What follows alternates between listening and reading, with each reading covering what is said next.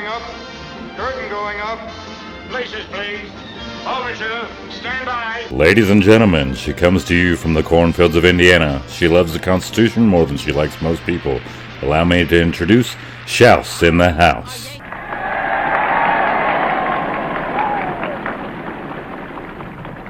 Hello, everybody. Welcome to Shouse in the House. I have a very special guest with me tonight. Her name, online, she's known as Mother Girth, but do you let people know what your real name is? People know me as Han. They also know me as Harley. I have many names, I guess. Okay. But specifically, I wanted to touch, I'm just going to share, just because I love it so much, your Twitter bio. She's a homeschool mama. She's the love child of Martha Stewart and Steve Irwin, but as if she were raised by Alex Jones and Morticia Adams, which I love that bio. It explains you almost perfectly. So, the point of our conversation today, Harley had reached out and said, she kind of wanted to talk to somebody and have a discussion about crafting and how unlibertarian the world of crafting is. And I have a feeling I know the direction she wants to go in with this, and I can't agree with her more, but I am going to kind of give her the floor a little bit to set the stage, to let you guys know that I know of, and maybe there's more. I know that you have an Etsy store where you do epoxy resin ashtrays, like the little hanging signs, mugs, notebooks, all of that kind of stuff, which, by the way, I love your work. It's phenomenal. So Thank you. It's very, very impressive. Your notebooks are especially cool. Like I saw it and I was like, damn, I want one of those. Thanks. Like send you my logo and stuff and maybe make me one. But so talk to me a little bit about what you meant by the fact that the crafting world is not very libertarian. Oh boy. All right. Where do I begin there? Okay. So this kind of goes deeper than a lot of people realize. And I'll give a little bit of my own background because I've been in the crafting world for many years now at this point. I've done everything from semi-professional cake decorating from home to sewing purses and home goods and what. I kind of just shifted crafts as I get bored with each one. And so I've been involved with many different crafting communities over the years. And it's funny because a lot of these different communities, they are kind of consisted of different demographics of people. Like, so with sewing, it's typically full of more older women, but now more and more younger women are getting into it because they want to make mostly clothing and purses that reflect their fandoms. And I say fandoms like that because it's typically progressive women who are all about Disney. They're all about Marvel, this and that. So they want to make their own stuff that they can't get everywhere else, and they want to make it for their kids, etc. So, and of course, a lot of liberal-minded people, they tend to be artsy. They appreciate the arts, which is wonderful. Like, I don't disagree. I obviously appreciate it, so I don't disagree with them on that. Sure. But they've definitely turned it very political, and it's absolutely everywhere. It's getting worse and worse. And it's more than just the community itself, other crafters. It's now gotten to the point where the businesses, these online sales outlets, etc., they all have that same mentality. There is a hive mind going on, a gang mentality. And I've experienced this personally multiple times. I've had other people that I know experience this as well. I personally have been kicked off of Etsy twice, Instagram once, and most recently eBay after 4 days of selling my home. Yeah, 4 days. I had my eBay shop open for 4 whopping days. And all I listed, not even nearly a fraction of my inventory yet. I listed like 12 ashtrays in a purse. But when those ashtrays trigger, like, do you think you have somebody following you that's reporting you? I'm assuming it's the Gadsden flag one, because every single time I've had this kind of issue, it has to do with the libertarian problems directly. When I got an email from Etsy first flagging me and sending me a warning that they were going to shut my shop down. They flat out point blank said it was because of the libertarian products, and they actually said in the email that I was inciting violence through some of my products, those products being very innocent stuff. Like one of them was a shirt with a rabbit and crosshairs, and it said hippity hoppity, get off my property. That's all it said. That's all it was. That's But then it gets better. They then labeled me a potential domestic terrorist. no way. Next day, I got the same general email from Instagram over the same stuff. Did it feel coordinated? Like, do you think that there's some behind the scenes kind of like that feels targeted? Well, it was not only me, a friend of mine who is in the liberty community. She at the same time started doing patches, liberty patches, and selling them on eBay. She got the same email. Wow. So it wasn't just me, it was her as well. And there aren't a whole lot of libertarian handmade sellers out there, unfortunately. I know they're out there, but they don't really market themselves very well. And that's kind of a shame to me because there are so many talented people out there. I think one of the big mistakes is that a lot of these people stick with only promoting to other liberty-minded people. And so they kind of get shunned more, or they just don't reach as many people. I try not to do that. I mean, obviously I have my collection of libertarian themed products, but the vast majority of my items are not libertarian themed in the slightest. So I do kind of try to appeal to all types where I can, but everyone's going to know what I'm about. And that has bit me in the ass multiple times now. Right. So I actually did not know this is the direction that you were going to go, and I'm shocked by this. Well, there's multiple directions I could go, to be honest. Yeah. Okay. So here was where I thought you were going to go with it. So my experience with Etsy, when they first started a long, I'm going to show my age here. I'm 38 years old. So I was there. I remember when they, I remember it. Yeah. Yeah.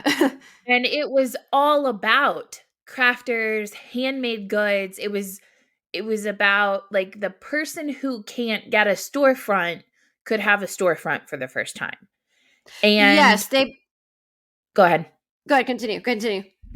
No, I was just going to say, and they have shifted to almost like an eBay or even like an Amazon Prime or a Google, where they are giving priority to stores that can do like large scale production. China. Yes. They are giving, thank you. They're giving priority to people who pay large dollar amounts for advertising, where they prioritize their listings.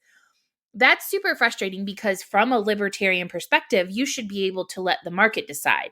If the product is popular, that should generate the traffic to that store.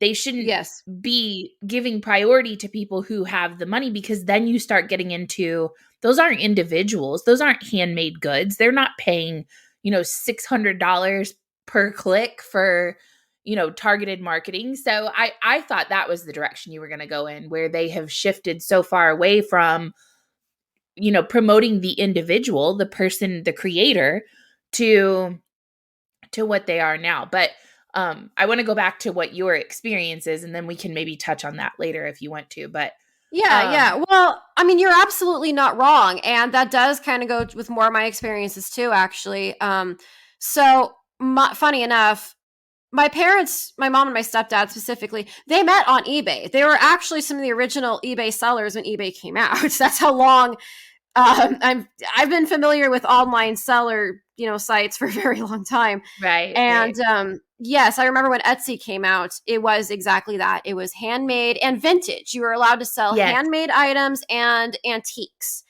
And so I remember my mom joining there because she was dealing in antiques. That's what she did to make money. And so she was selling on Etsy for a little while. And over time, Etsy just got more and more commercialized. And nowadays, it's at the point, and eBay does this as well. In fact, they both make the same but basically they screw the sellers. I mean, I've heard it all. They screw the sellers really bad in multiple ways. Transaction fees keep going up. A friend of mine just told me that now, so Etsy's transaction fees went up from 5% to 6.5% in the past couple of weeks or so. In addition, they now charge an extra fee for shipping. So whatever you're charging for shipping the product, you have to pay an additional percentage to Etsy for it. What? Yeah. And what they've most recently done, and I'm not the only one. That's the fun thing about all this. I'm not the only one with issues with Etsy and eBay. This isn't everybody thing. Libertarians are just getting the short end of the stick in it all. Right, sure. Etsy and eBay are both doing this just in kind of different ways. A couple of months ago, Etsy started this thing where they withhold 75% of your funds. And they hold it for a couple of months. And they're saying, oh, well, that way, in case the buyer wants a refund, it's not coming straight from your bank account. So we're going to hold on to it for 2 months. Wow. And then put it in your bank account. eBay is doing the same thing for the first month you're selling, they hold your stuff, you hold all of your income, including shipping costs, for a month. And then after that month, it's 2 weeks.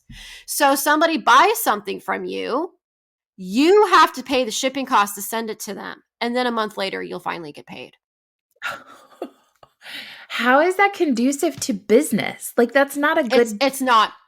And on top of that, now, I personally don't have this issue as much because of the products that I tend to make. But I have many friends who, unfortunately, are dealing with this issue. They can't compete with the way eBay and Etsy allow mass-produced Chinese products to sell on their sites.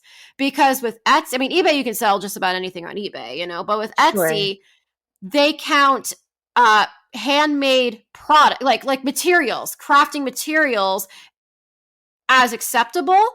Well, China produces that out the ass for pennies. Right. So anybody can go on Etsy and they type in, fabric, stickers, whatever it may be, bag labels, like all those little things, all those little materials. Right. There's plenty of people who make those things, like I will print your logo on a rubber stamp. Boom, done. Well, China can do it for half the cost. China can do it a third of the cost. China can do it a quarter of the cost. So all of our US sellers are taking a hit because they can't compete with China mass producing everything. So they can't compete. They're not getting advertisements for the reasons you said. And now they're having to pay extra fees, plus their funds are getting withheld. Right. It's horrible. Insane. It is insane. Like, are you okay? So I'll be like I told you, I used to be a crafter, but I'm not to the degree that you are. Like, I would never compare myself to the level that you are. I do have a store on my website. I do most of the designs myself, and then I have it produced as locally as possible. Most of my stuff comes out of Honduras, but I don't have to deal with all of that other stuff. It's just either you go to my website and you buy something from me or you don't. So I don't deal with any of that other stuff, but I would assume that within the community, you've built networks with other crafters within that community. Would that be a fair assessment, or are you just kind of flying solo? So that goes back to the progressive mob mentality there. Sure. Okay. so back in the day, moms that you don't really want to talk to. So back in the day when I first started all the crafting, well, not so much when I was doing cake decorating, but when I started doing stuff that I could, ship and sell everywhere, which was sewing. I was doing purses, oven mitts, just random wallets, etc.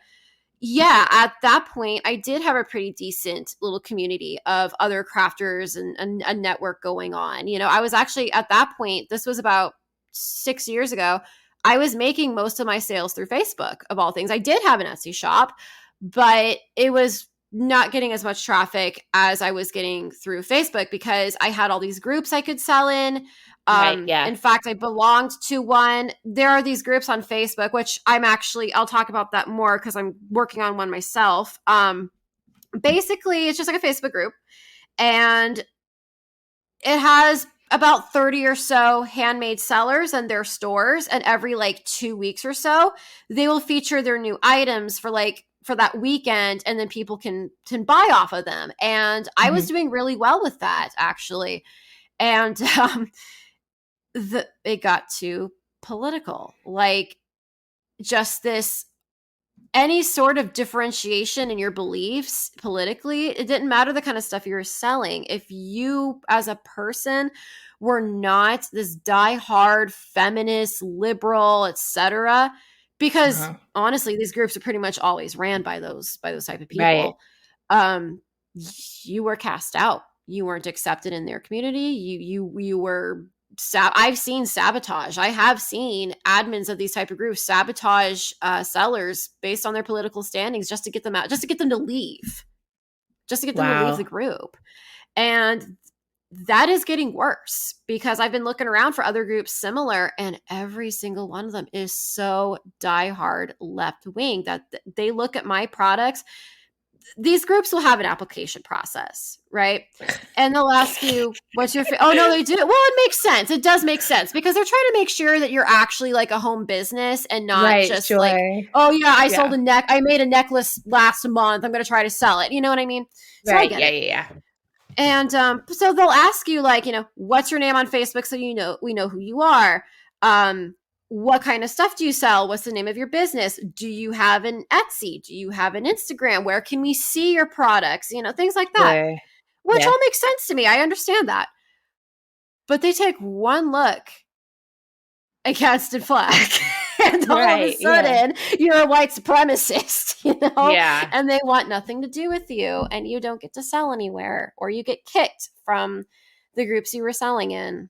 So it's been harder to network. Things, right? So that tells me one thing, the lack of education for individuals in symbolism.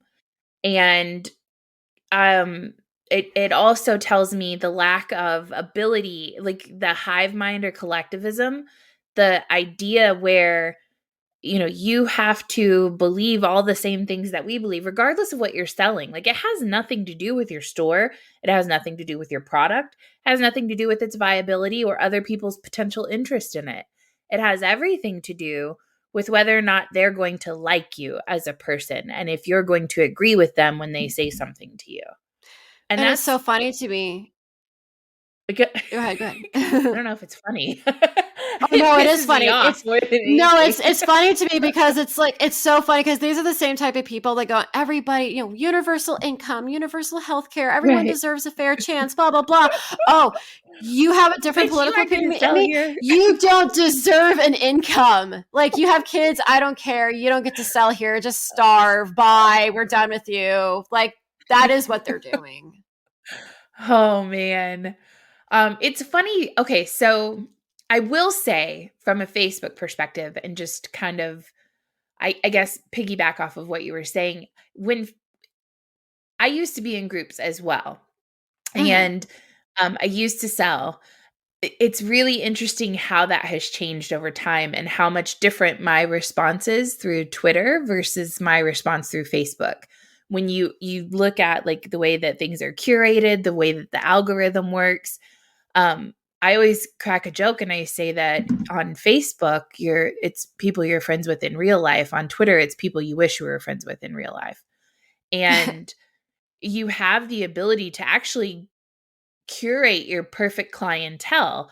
And I can take 4 shirts that I create and post them on Facebook, and I'll get, out of my 800 quote unquote friends, I'll get maybe 5 likes. I can post those same 4 shirts on Twitter and get, $250 in sales.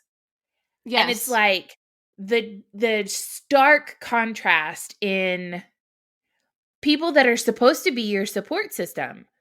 And that's frustrating too. Like, I can't imagine if that is your income, now to be fair, like I do work outside of the home. I'm an insurance agent. So I do have other income, but if I were a crafter, if I was somebody that was how I made my living, and my own people that are supposed to be like my group don't support me, I'd be fucked, man. Like it sucks.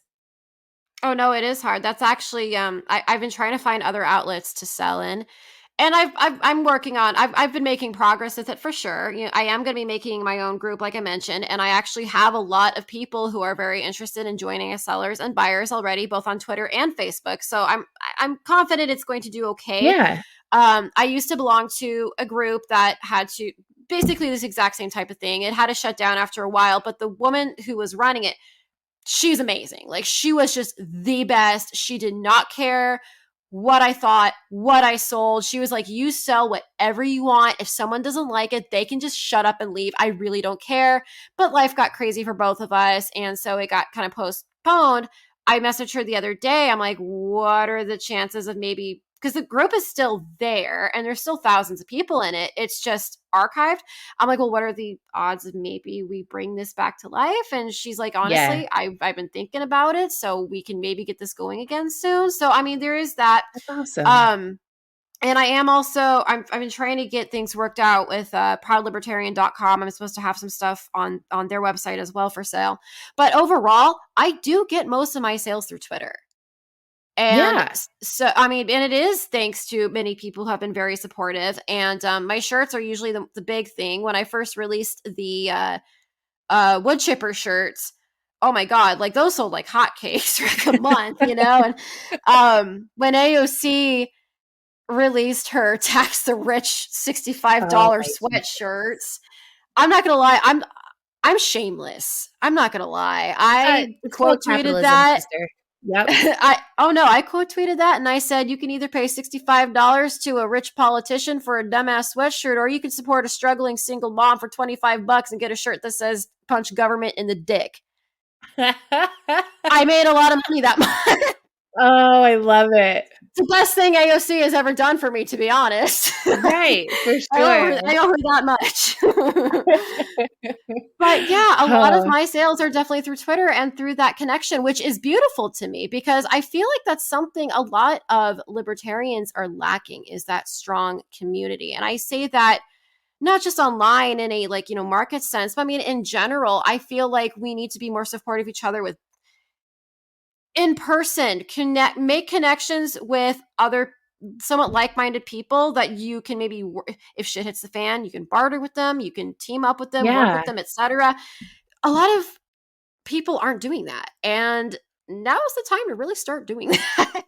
Yeah. Well, I also would like to see at they have all these libertarian events, right? They have, or even, I mean, like anarchist events, all of that kind of stuff. I would like to see like more, and I've never been to one. So I guess maybe I should, I should be honest about that. I've never actually physically attended one, but from what I have seen, it's not a lot of it's a lot of talking and not a lot of engagement outside of fanboy. Like, why don't we have vendors there? Why don't we have a booth for you to show up with all of your ashtrays and sell them?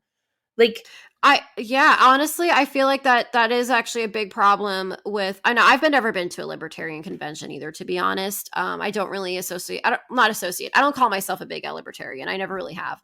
But yeah, I'm not either, but but it's funny you mentioned that because that makes me think of when I was setting up my eBay account and getting my shop ready to go. Something that I do really like about eBay is that they give you the option to give a percentage of your profit, and you choose the percentage to a charity of your choice. And the charity list was massive. And so I'm like, okay, well, maybe I can find something libertarian, based, but something that does some good, that was started by a small L, big L libertarians. I don't care. And I'm looking and I'm not finding really, I found some libertarian charities in there, but they were just like, we go to colleges and we talk about being a libertarian. And I'm like, okay, are there ones that maybe do some actual good? So I Googled it, right? I actually Googled the charities and I found these massive lists and I individually Googled every single one. Every one of them was just, we dress up and we go to colleges and we talk about libertarian principles. Yeah, okay, you nerds, you show up with your pocket protectors talking about being a, like, what good is that going to do? How is that going? You're going to spread liberty by walking the walk, not talking the talk. We need to be getting out there and doing good for people, because when we're doing good for people, we're not just showing, hey, we have a like solid ideology. We're actually like good, decent people. You're making connections. You're getting out there and meeting people. You're learning about people. You're building yourself a solid community for when times get tough. Right. And that just goes over a lot of libertarians' heads. In fact, go ahead. Go ahead. No. I was just going to say, like, it would be really cool to see, like, a project that the government thinks it needs to fix, like some fucking whole ass road somewhere. And there's a shit ton of potholes, right?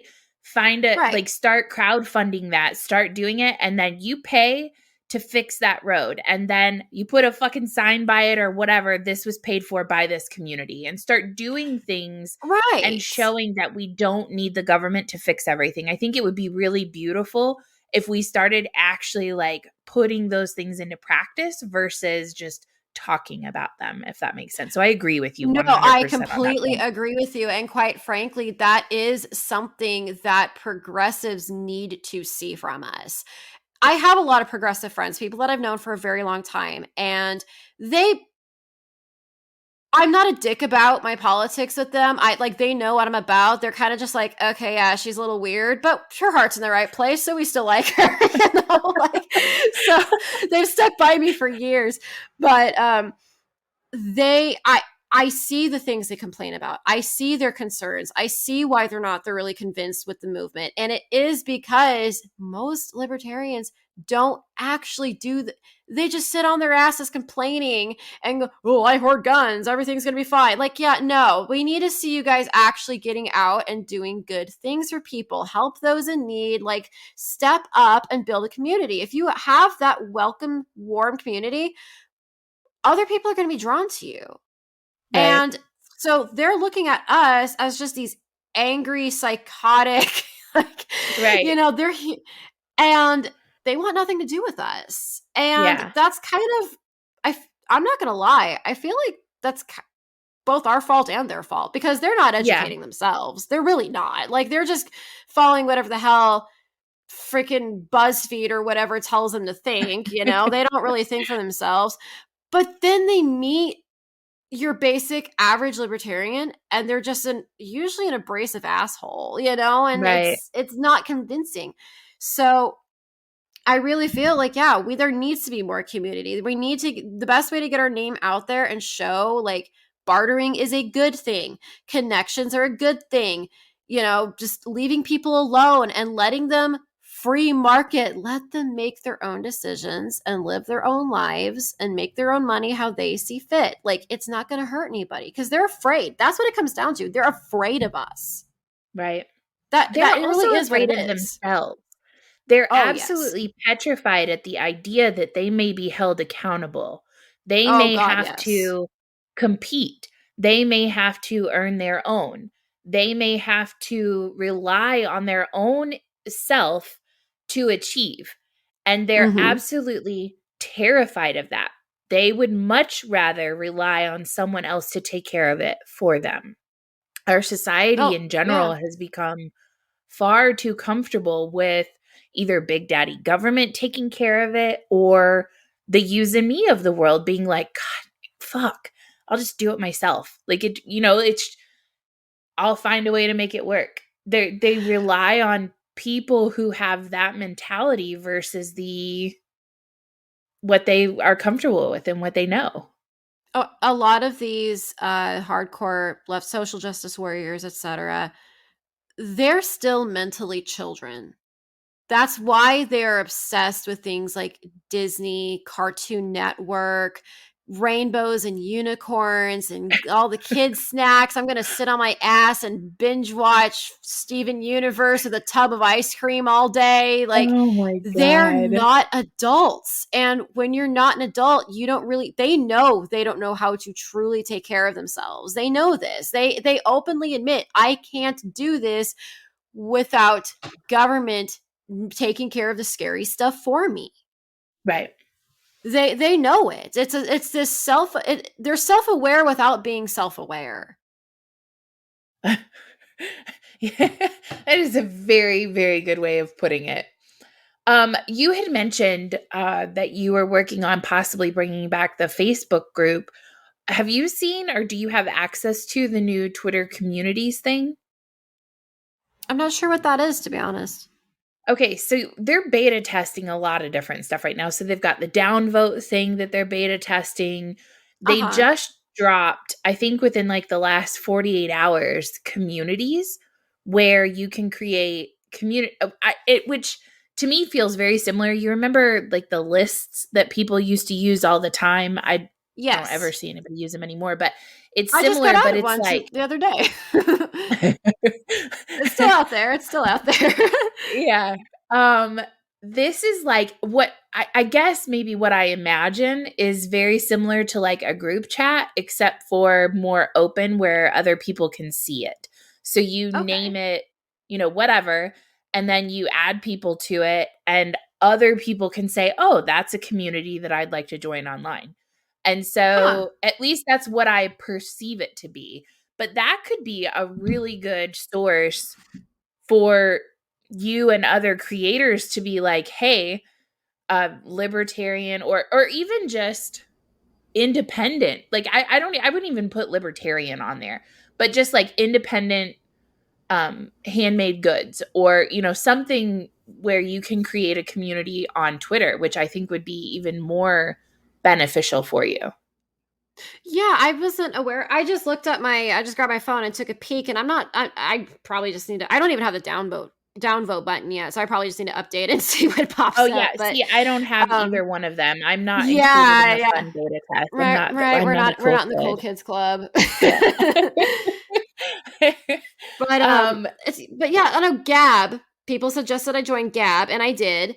And they have a marketplace, and I looked through it, and it didn't look too bad. And they did have something similar where they had groups for like handmade sellers and whatnot. And they were pretty. There was one in particular that has a check mark on the name, so I assume that's a good thing because I've only been on Gab for like 4 days. But they were just like, yeah, you just post your stuff here, try to keep it to no more than 4 posts a day, just to prevent spam, but otherwise you just sell your stuff here. Now they do have a marketplace feature that's separate from that group, because that's just a group. The marketplace feature is like Facebook Marketplace kind of. The only thing is with Gab, you have to pay for Gab Pro in order to use that feature. And that's $100 a year. $100 a year, yeah. Which, like, I don't know what kind of traffic I'm going to get. I'll be 100% honest with you, just from personal experience. I paid for the Pro Gab, the Pro membership for 1 year just to try it out. Mm-hmm. And I had zero traffic from it. And I'm not saying that your experience will be the same, but for me, it wasn't worth it. I did not renew it. See, that's what I'm afraid of. Yeah. I will tell you, one place that I've had a lot of success is Clout Hub. And I'm not familiar with that.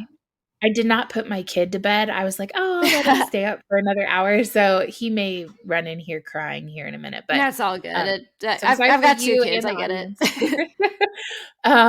The Clout Hub is really good.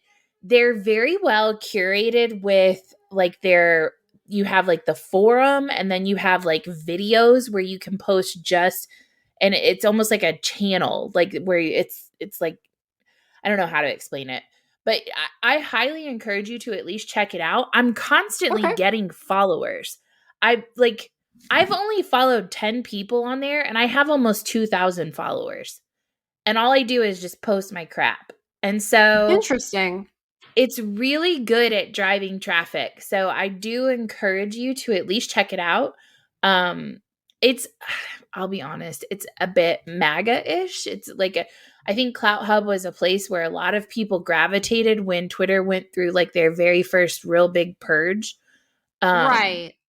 And so it is a lot more right-leaning, but I think that you'd probably have as much, if not more, luck there than you did at Gab, would be my suggestion.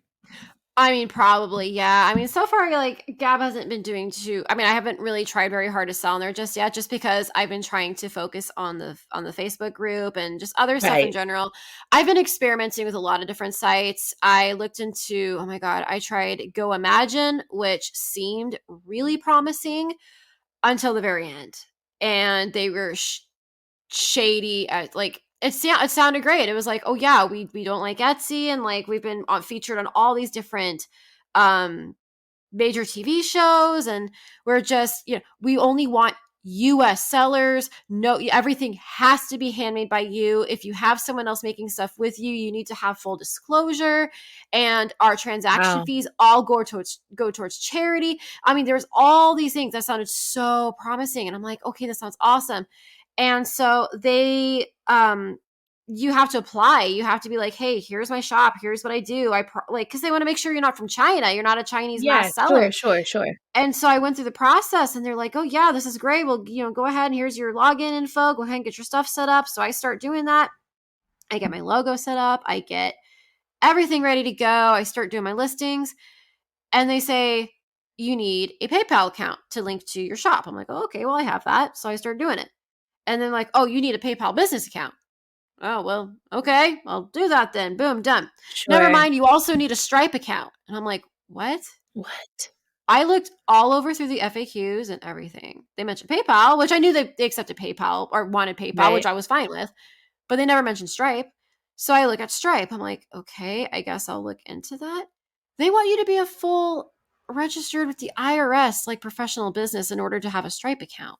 And I'm just Right. like, you never said, I already paid the monthly membership fee, and now you're telling me this? Right. So I kind of rage quit, sent a very unpleasant email, and deactivated my account. And then I looked on other websites, just searched like what are, the best handmade seller sites to work with. I was finding articles that were written like last year, like under a year ago. And, go to this site, try this site. And I click on the sites, and They're a all portion gone. of them were permanently shut down. And they would flat out said it's because they can't keep up with all the government regulations. Yep. That was the other thing that I thought we would discuss, and I'm glad that you've touched on it. The bill that was passed, gosh, I want to say it was in the first like omnibus bill last year, where content creators, which I know we're talking handmade goods versus content creation, but the taxing that came with that, and like Uber drivers, all of that kind of stuff. And it's like the government just really wants their fucking hand in your cookie jar. And all of these companies are so excited to jump on board. I think the one that just really pissed me off the most this year was Cash App. Is that what it is? I have a Cash App, but I use it so sparingly that I don't really know what's going on with it. But you can, so like they've partnered with some fucking body where you can buy Bitcoin or stocks or whatever through Cash App, right? Yeah. So this year, I took a loss last year from fucking Tesla. I had bought Tesla and they tanked right after I bought it. And I finally was like, it got back to like, I think I was like maybe $5 or $6 below where I bought it. And I'm like, okay, I'm cashing out because I don't want it to drop again. So I took a loss of $5, but because of the amount that was originally invested, when I cashed out, it was like over the mark or whatever. So they sent me a 1099. What? I was like, what? Yeah. And so I'm like, so I'm now supposed to disclose my $5 loss. I have to go through the whole 1099 process with my taxes because of a $5 loss on Cash App. Oh my I was God. so mad.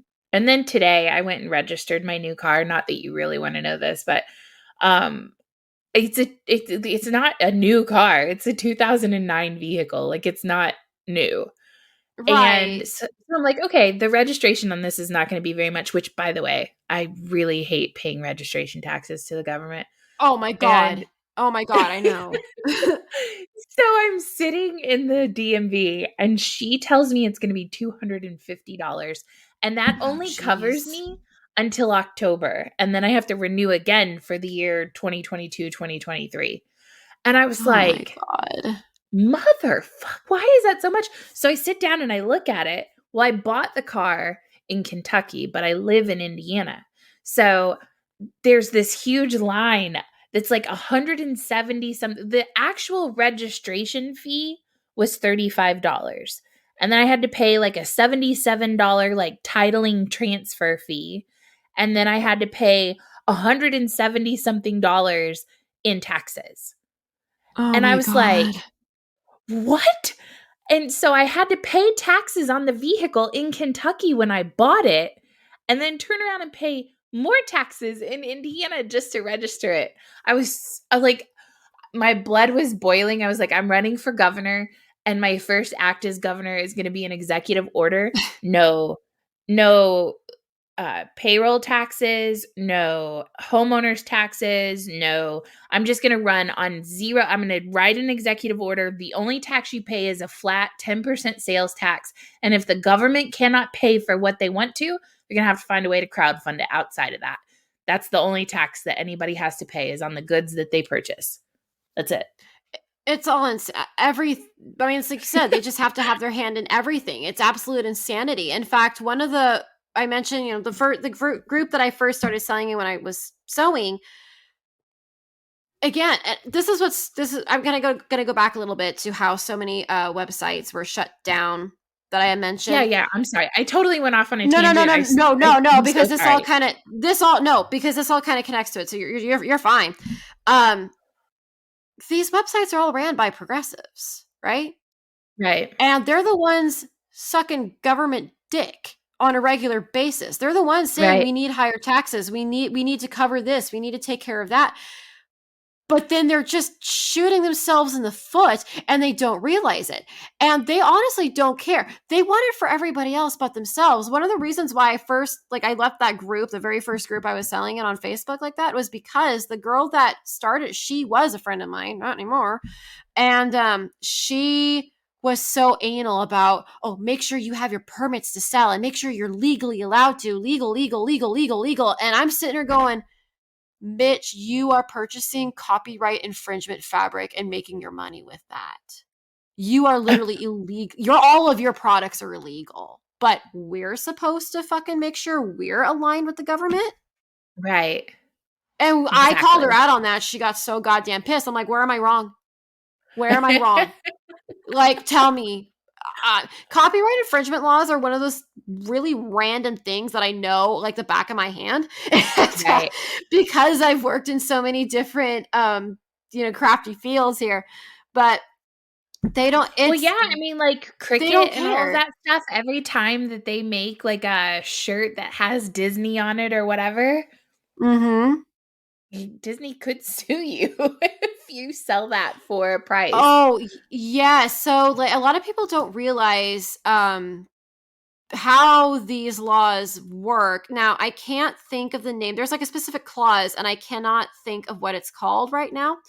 But basically how that essentially works. Yeah, people think, "Oh, I just bought this Disney font so I can use it on everything." No. Right. That only works if you buy it from a company that bought it from Disney first. There has to be a middleman. So if Right. I were to go, but even then, there's a lot of semantics. So like, I'm gonna go back to the cake decorating world here. I cannot make a cake that looks like Mickey Mouse and sell it. That's copyright infringement. I can make a cake and purchase an officially licensed Mickey Mouse toy from Walmart and put it on top of the cake. But that Right. cake can't look like Mickey Mouse itself either, or it can't look like his signature red pants with the buttons and all that jazz either, because Right. that's copyright. When it comes to sewing,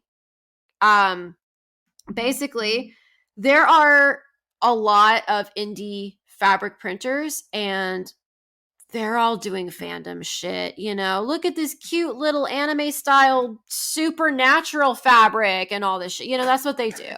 And people eat it up. People eat it up like Right. crazy, which it's fucking hideous. Oh my God. It's the most immature, childish, dumb shit, but people eat it up.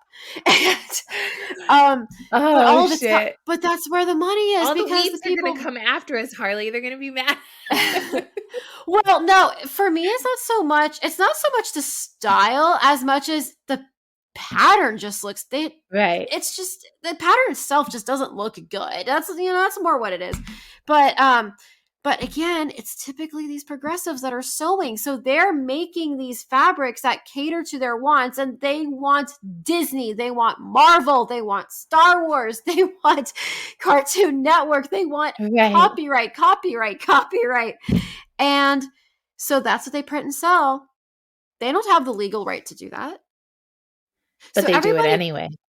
So not only can these fabric sellers get in massive legal trouble if they were to get caught, anybody that's bought from them and anybody that's bought from them can Right. get in legal trouble. But I can go to But you put that Joann's. Gadsden flag on your store, Harley, and we're shutting you down. Nor calling Right, you a right. domestic terrorist. Well, Etsy does send cease and desist letters because they can get in legal trouble. So Disney That's does act. Oh yeah, no, it happens. So Disney does actually have people that look on Etsy and for sellers that are doing illegal copyright infringement products, and they do contact Etsy and go, hey, this is a no-no, and Etsy is forced to give them a cease and desist letter at the threat of shutting down their shop. It does happen. In fact, I read a story about this one woman. She was in the cake decorating area, and she thought she was all high and mighty. Oh, mine are the best, yours are all horrible, blah blah blah. Well, all her shit was copyright infringement, because that's where the money is. And people finally got so sick of this bitch's attitude that they reported her to Disney, and she lost everything. She lost her house. She got sued for every goddamn dime she had. Wow. But how dare I, have hippity hoppity get off my property? Oh no, I'm a domestic terrorist now. I'm inciting violence. Antifa is perfectly acceptable. Black Lives Matter is still perfectly acceptable. All that is still just fine. Communism stuff, Che That's Guevara. what I say. That hammer and sickle looks really good on a lot of the stuff that I see these days. Oh yeah, Che all that's Guevara. perfectly acceptable. Yeah, no problems there. But as soon as I put a damn no step on Snick, all of a sudden I'm a white supremacist meme lord. Right. God, man. So what type of solutions do you think there are for the situation? Do you think that it's just a matter of getting more people involved in the community? Do you think that it's, public campaigns? So here's the thing that's really hard for me. What the left is really good at is cancel culture. They're really good at... And that's what's happening to us. Correct. So that's what I'm saying. They're really good at going after the yous and me's of the world and making it impossible for us to thrive and succeed. But that's something that I'm completely morally opposed to. And so the idea of trying to cancel somebody, that is. So yes. Starting a campaign to get Etsy canceled for not allowing creativity to thrive, I don't know. So I sit and I go back and forth, and I always try to find solutions to the problems that I discuss with people, because absolutely, I mean, what the fuck are we doing if we're just sitting here bitching? Nobody wants to listen to that. So what do you think some of the solutions are? Do you want a tactful answer or a bitchy answer? Both. Give me both. So give me bitchy answer first. Grow a pair, everyone. Because quite frankly, we're getting walked on and we're letting it happen. We are letting them cancel us. I can't, if I had $1 for every goddamn time, like I've heard similar stories from like-minded people that are, oh, I'm afraid to sell this though, because what if I get backlash and then I get weird looks next time we have a family get together? Oh, boo fucking who? Right. Like, I'm sorry, but boo fucking who? Like, you have money to make, you have family to take care of. Fucking deal with the rolling eyes and shit. Like, who cares? And so I'm not saying like just be obnoxious asshole about it by any means, but push back. If people are giving you shit, I mean, me personally, my default attitude can be summed up in that scene from Futurama with Bender, and he's just like, I'm going to create my own whatever with blackjack and hookers. Like, that's what I end up doing, and that's exactly why I'm creating my own Facebook groups.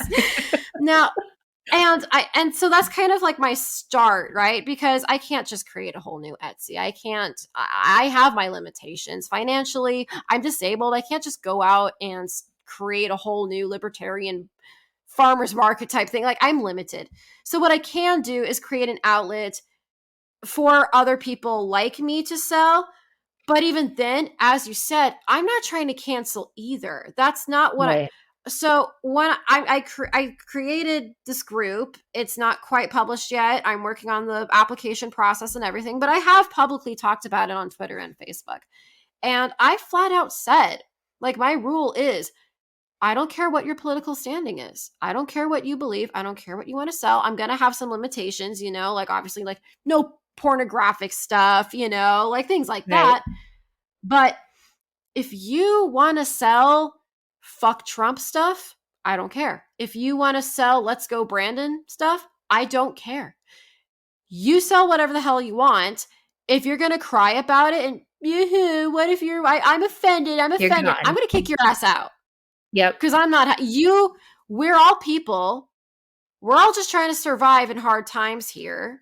So either you shut the fuck up and be an adult and let us just fucking live our lives, or I'm not trying to cancel. You can believe whatever the fuck you want. You can sell whatever the fuck you want. But if you're going to cause problems with other members as a buyer or a seller, you're fucking gone. Yeah. You can go back to Etsy. You can go back to fucking Shopify or Instagram or what the fuck ever. I don't care. You have a multitude of places you can sell, and you have hundreds of Facebook groups. You can go anywhere you want. This is our one group where it's safe for us to be who are for everybody, not even just libertarians, literally everybody, including your pathetic little ass. So either you be grateful for it or you shut the fuck up and leave. Like, that is my rule. I'm done. I'm fucking done playing their fucking games. Yeah, I think that's great. I think that's incredibly awesome, because what you're doing is you're allowing the market to decide, not the individual. Exactly. That is the free market as far as I'm concerned. It's let them all speak for themselves. Let people purchase what they want to purchase. Let people support who they want to support. And if I feel singled out because people are free market, baby. Too bad. Yeah, like maybe change your product lineup because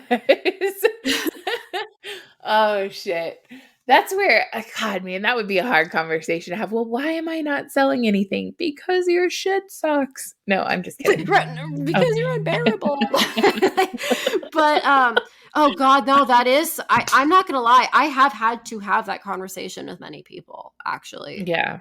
I'm not going to lie. It's usually the social justice warriors, because they go, art. I can art, and then they just fucking like they I can't tell you how many times I try to be nice. I'll like see people doing the same crafts and they're making the most like basic noob mistakes, but they're doing it while trying to sell their products. And I'm like, hey, I see you're messing with epoxy. That's really cool. Did you know that you can pop all those bubbles that are all over the back of the product? And they go, what? You can do that? And I'm sitting here like, yeah, one YouTube tutorial. It took one tutorial for me to learn that, So I have a funny epoxy story to tell you really fast, just because you do so much of it, so you'll know. So when I do epoxy cups, like the tumblers or whatever. Oh my God. Yes. I wanted to start. I have the kit. I haven't started doing it yet, but I have a kit for that. Okay, so I love it. I love it so much. So that's what I use to like generate traffic to like subscribe to my YouTube, and you'll be entered in a drawing for a custom made Heather cup. Oh, So that's like awesome. That's hella cool. but when I first started, I didn't know that there was a machine that you could buy like just in the store. So originally, I started with like a chicken rotisserie or whatever and a broom handle. And Oh my because God. because it was dripping and I couldn't get it to stay. Like, dude, I was so like a failure in the beginning, but I figured you would appreciate that. But like the Oh bubbles no, were bad. It was awful. But now we I all have am our mistakes for sure. yeah. I have plenty of mine. Good Lord. Now I do a good job. I don't suck as bad as I used to. So that's always Well, a that's plus. just it. And I'm not going to be a bitch with somebody who's just learning, because it's like we're all going to make mistakes. We're all going to have our different struggles. I mean, oh my God. Like I used to process my own pelts because I was raising the meat rabbits. And that, oh my God, that is so hit or miss for me. It's not even funny. So, I mean, I would have half of them would come out great. Half of them would be a hot mess. And I mean, it can be hard to learn. I'm never going to scoff at somebody who's learning and, really trying. But when I'm looking at a piece and I'm like, you literally, and because I'll ask like, hey, did you watch any tutorials? And they're like, no, I didn't think to do that. I just try to do it myself. I just bought it and I just thought I'd try. You spent like $100 on this shit and you're just like, wee, right. let's see what happens. Like, Yeah.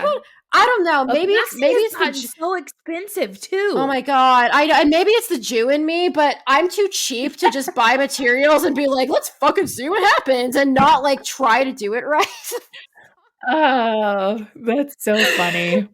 Which, before anyone gets mad, I am fucking part Jewish. All right. So anyway, but full disclosure. Nobody's gonna get mad that listens to my show. I've had, you never know what happens, but no, I know it's like, it's terrifying to me. I've seen this in every community where people just don't even try. They don't fucking even attempt to do a good job. They just think, honestly, I know for a fact this is the mentality because I've seen it. I put so many hours into it though. My hours count for something. No, they fucking don't. Okay. Right. You like, I'm sorry. If you could take you fucking like 6 hours, 10 hours. I don't care. If it just looks like a giant fucking pile of shit, it's still a pile of shit. I don't care how many hours you put into it. People don't want to pay for bullshit. And so no, again, but that goes back. Doesn't that go back to what you said? Everyone's afraid of personal responsibility and accountability. Right. So they're too lazy to really learn the process, and they just want a quick, easy way to make money. And if nobody's supporting them, they'll come up with any damn excuse in the book they can to make them the victim. Well, and it's become that way with a lot of things, right? So what about pictures? Just a picture of yourself, right? A selfie. Take a picture of yourself and put it on the internet without a filter on it. Not happening. Mm-hmm. Can't be held personally accountable for what you actually look like. Take a picture of yourself, just you. Can't do it.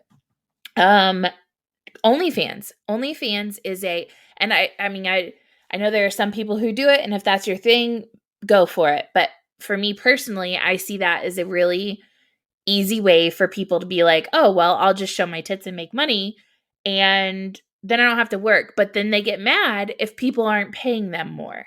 Yeah. And well, when you flood the market and you don't offer anything that, you know what I mean? Like, I don't know. Next thing you know, you're desperately selling a photo of your asshole for $2.99. Right, exactly. How do you not stop and go, maybe this is a little humiliating? So before like OnlyFans, apparently this was a thing on Facebook where guys would like create these groups and girls would sell their pictures or videos or whatever on the marketplace, essentially. I had 2 girls that worked for me that were selling their underwear. Like, I guess there's some show or movie or something where they do that. Oh my God. They were selling their underwear. They were coming to work at our fucking office and going in the girls' bathroom and filming themselves doing all manner of inappropriate shit. We ended up having to fire them. Yeah, it was Oh fucking my awful. god.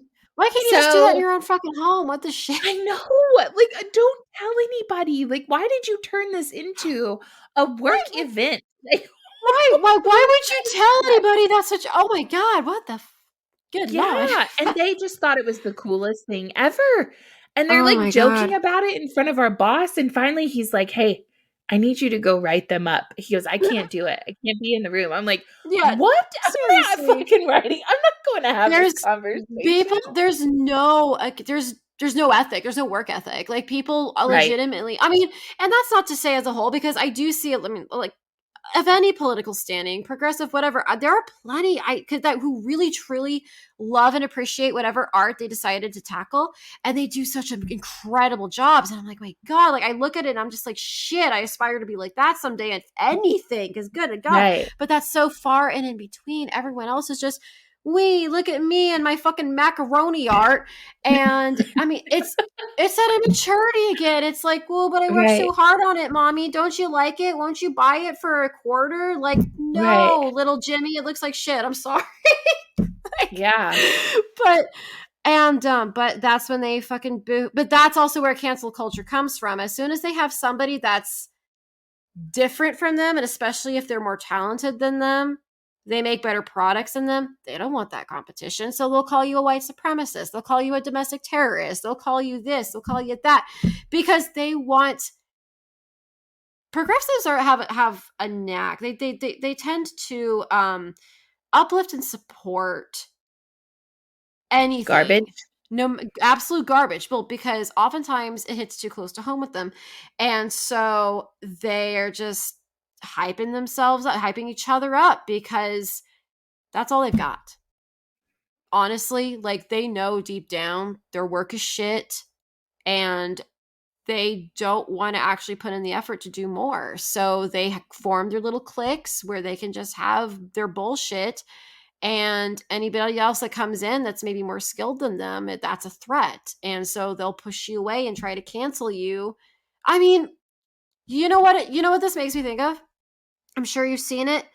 The article that just came out about how staying fit, working out, learning martial arts is an alt-right trait. Did you No, did you I see that? missed that one. Oh my, yeah, that came out like yesterday or something. It Oh, I'm was gonna have this to go full find ass it. article comparing. Well, Hitler was really into jujitsu and all this Oh shit. my I kid you not. It's going on about how if he has a home gym, he's likely a white supremacist and all this bull. Yeah, yeah. Oh, you know what? You were just saying something a minute ago about like they don't like that competition, and I know I said that earlier, but it makes so like I always tell everybody like the decline of society started, and I firmly believe this, and I talk about it all the time when participation trophies started being given out. Oh The God, I minute know. like that is the stem root of all fucking problems in society. If you would stop giving participation trophies to children, they wouldn't grow up and think that they deserve things that they didn't work for or that they didn't earn. Yeah. I remember when participation trophies really started to get more and more common in school. By then, I was older. I was like in late high school when I really started noticing it more, but it was definitely a thing that was started to happen. I was always an overachiever in school, and I worked my ass off. Like, I mean, I've found my scrapbook from when I was in elementary school not long ago, and it's just ribbons and awards because I busted ass to be top of the game. And I Right. remember as I got later in high school, they're literally having me they would like partner me with the kids who just dicked around all day, and I was doing all the work, and then I would get us an A plus and they would get an A plus too because they were technically my partner even though I did all the goddamn work. And Right. I'm like, what the It's fuck? I literal mean, communism in it's practice. horrible. It's like, why am I bothered? I kind of got to the point where I was like, if I wasn't afraid of getting in so much trouble at home, I would have just started like failing Fucking everybody. I off. would have just been Yeah. like, yeah, no, I was just like, no, we're just gonna if you're I'm just gonna sink the ship and you're going down with me. Like Right. that started becoming my I bet I didn't do it. But good Lord, did I But you want wanted to? Oh, yeah. I wanted to talk to you about one other thing really fast before we end for the night. Yeah. You are a homeschool mom, Yes. and I think a lot of times, especially right now, like coming out of COVID and the critical race theory and all of the things that are going on with the public school system, I I now find it humorous when people are like, "How do you homeschool?" And it's like the reverse of that is, "How do you send your kids to public school?" Like it's like now it's the opposite. Oh, I And so know. I wanted to ask you two questions. Okay. But really like the same question, just two different ways. So what was when you decided to homeschool your children, what was your biggest challenge moving into that type of system?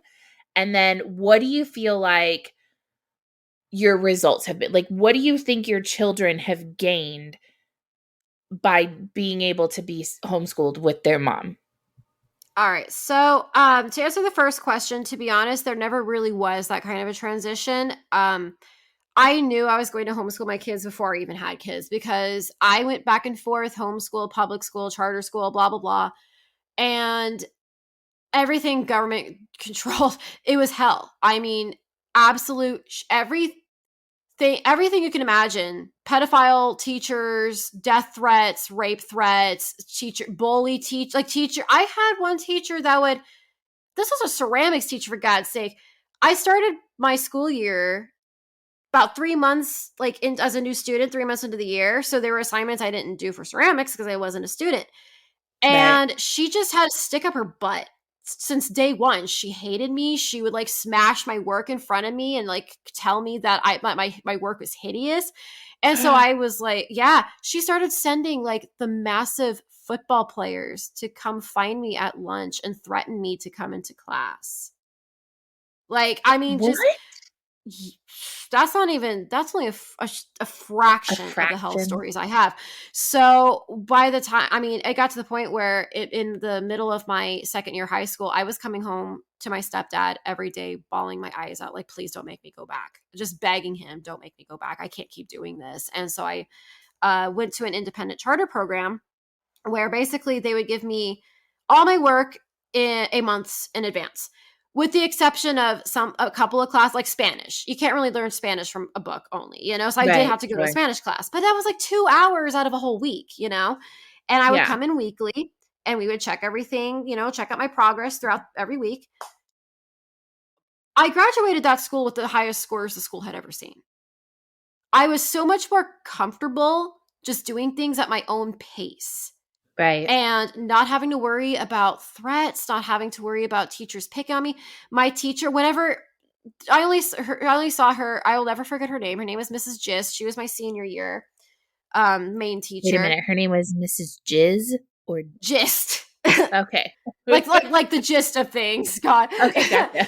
But she was so sweet. She was this elderly French lady, and every time there was an assignment where it would say oh, you need to, the California curriculum would say you need to write an opinion piece on feminism and blah blah blah, and I would write a counter argument, and she would look at it and go, you actually have some points I never considered before, and you followed the format correctly, so you get an A+. She didn't great, care. great. She let me be me. Yeah. So that meant everything to me. And so when my daughter was born, I'm I'm holding her as a baby. I'm like, you're not going to public school. That's not happening. And so living in Arizona is actually one of the most lenient homeschooling states in the nation. All you really have to do is once they hit between ages 6 to 8, you contact your local school district.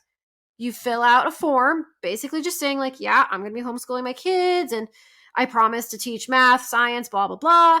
And, you send in a copy of their birth certificates, you get it notarized, boom, done. That's all you have to do. There's no tests, there's no tracking, there's nothing. And Wow. the curriculum is up to you.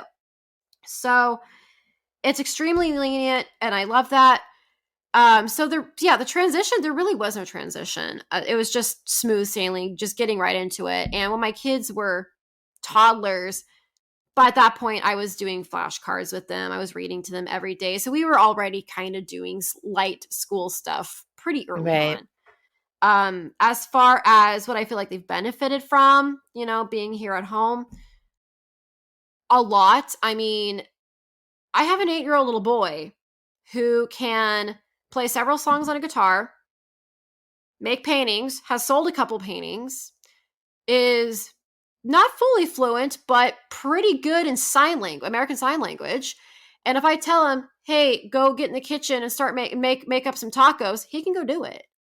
Right. Like, he has his basic cooking skills. He wants to be a chef when he grows up. He wants to be a celebrity chef. He wants to be like Guy Fieri, or Alton Brown, really, is his big one. He loves Alton Brown.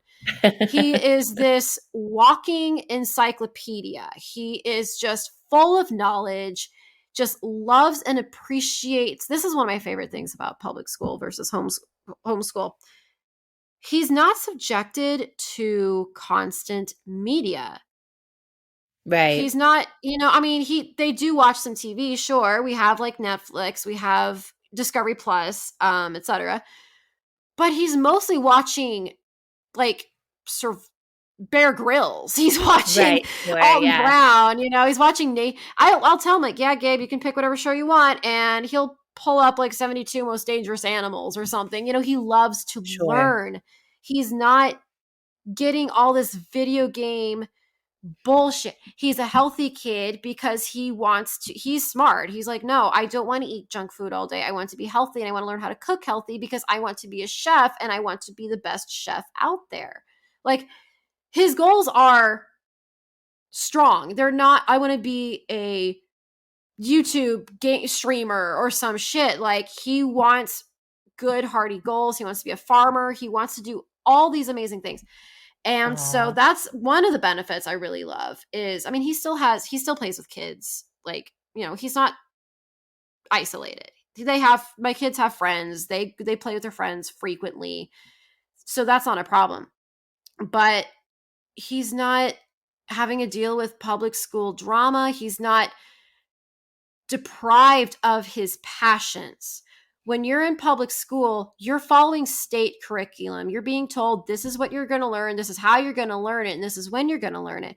I don't do that with my kids. They do have an online program where they do their basic stuff. And then after they get through that, which, my God, he's 2 months in advance. He's trying to graduate high school early.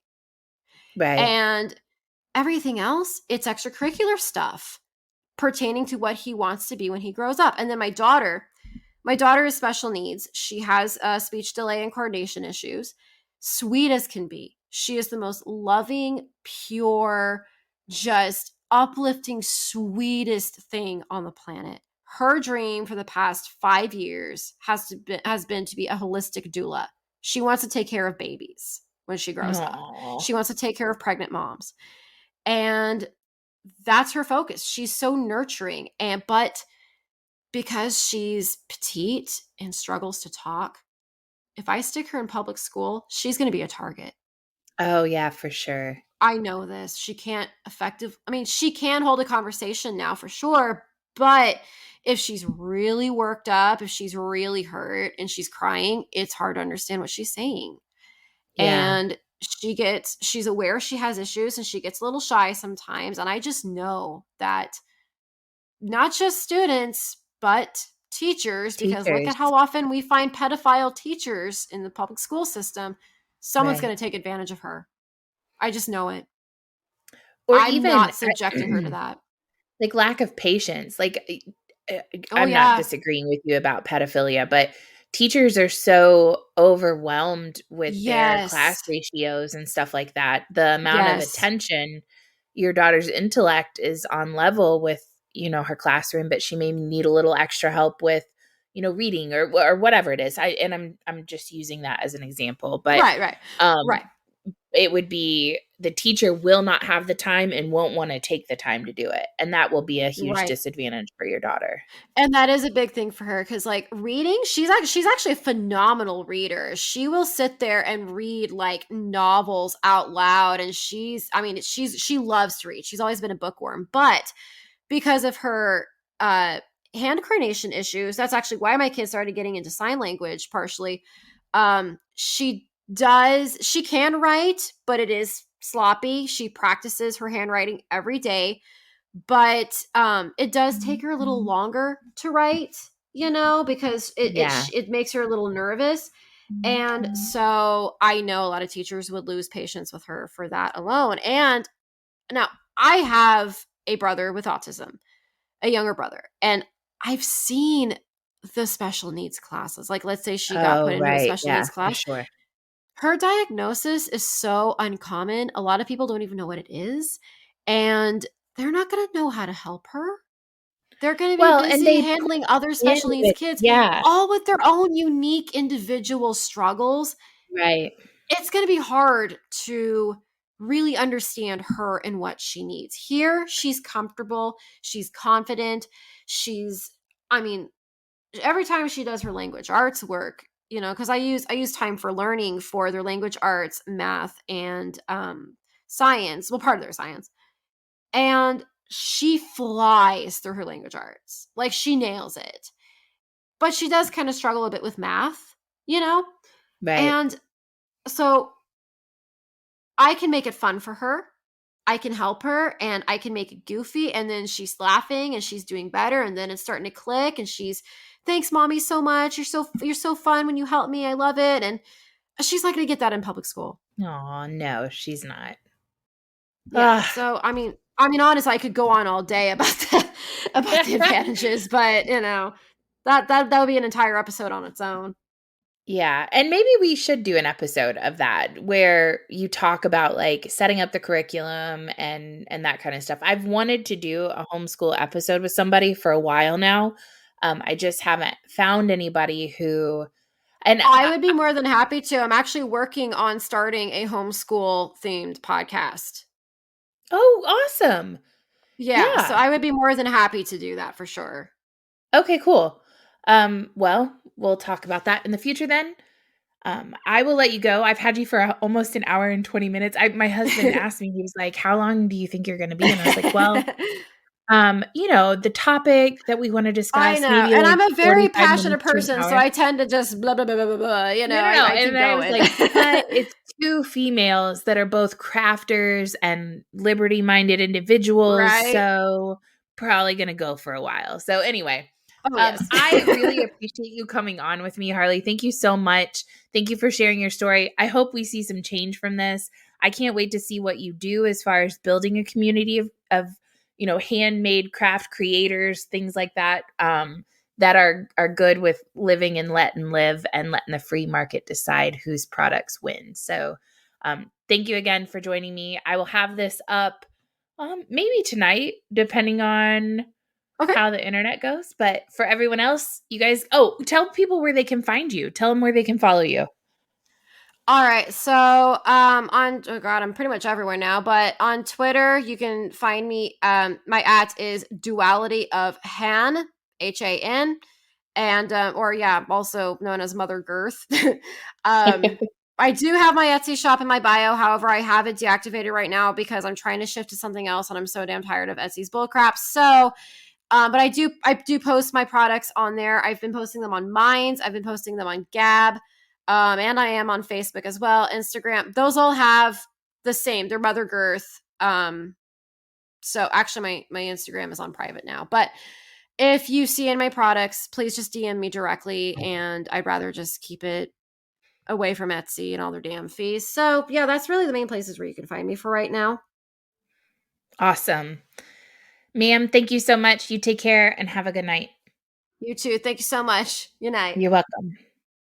If you enjoyed this episode, please like, drop a comment, subscribe, and don't forget to check out my Patreon for exclusive content. The link is in the description. And most importantly, do not forget, free men do not need permission from their government. Their government needs permission from them. Take care. Praise the Lord, and pass the ammunition, and we'll all stay free. I know not what course others may take. But as for me, give me liberty or give me death!